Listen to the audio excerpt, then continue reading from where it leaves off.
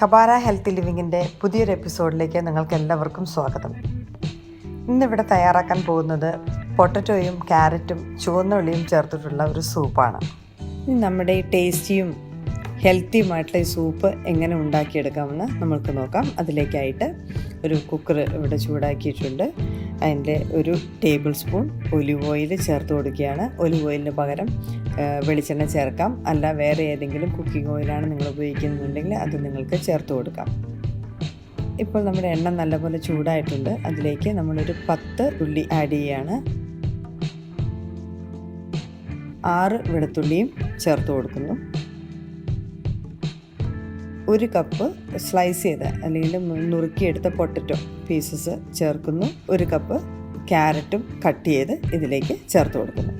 1 teaspoon ഉപ്പും ചേർത്ത് 1/2 litre വെള്ളവും ചേർത്ത് നല്ലപോലെ ഒന്ന് ഇളക്കിയെടുക്കുക. അതിനുശേഷം കുക്കറിൻ്റെ അടപ്പ് വെച്ച് 2 വിസിലടിപ്പിക്കണം. വിസിലടിച്ചിട്ട് അത് തണുക്കാനായിട്ട് നമ്മൾക്ക് വയ്ക്കാം.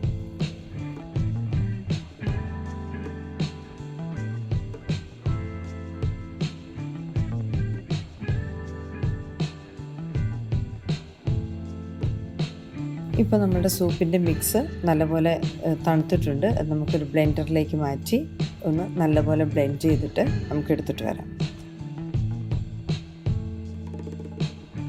ഇപ്പോൾ നമ്മളുടെ ഹെൽത്തി ആയിട്ടുള്ള സൂപ്പ് റെഡി ആയിട്ടുണ്ട്. നമുക്കതൊരു സെർവിങ് ഡിഷിലേക്ക് പകരാം.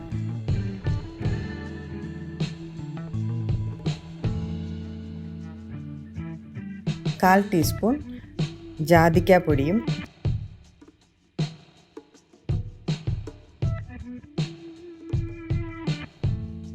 1/4 ടീസ്പൂൺ ജീരകം പൊടിച്ചതും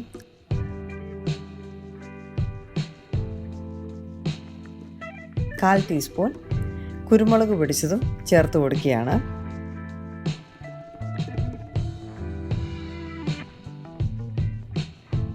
അതോടൊപ്പം 1 ടേബിൾ സ്പൂൺ ഒലിവ് ഓയിലും നമ്മൾ ചേർത്ത് കൊടുക്കുന്നു.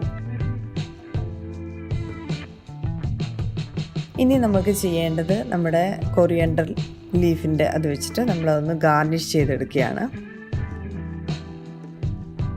അതിനുശേഷം നമ്മൾ എടുത്തു വച്ചിരിക്കുന്ന 1 ടേബിൾ സ്പൂൺ ലെമൺ ജ്യൂസ് അതിനകത്തേക്ക് ചേർത്ത് കൊടുക്കുകയാണ്. നമ്മുടെ സൂപ്പ് റെഡി ആയിട്ടുണ്ട്. ഇത് വളരെ ഹെൽത്തിയാണ്. ഇതിനകത്ത് ആർട്ടിഫിഷ്യൽ ഫ്ലേവേഴ്സോ ക്രീമോ ഒന്നും ചേർത്തിട്ടില്ല. അതുകൊണ്ട് തന്നെ ആർക്കും ഇത് കഴിക്കാം. ദഹിക്കുന്നതിനൊന്നും ഒരു പ്രശ്നവുമില്ല.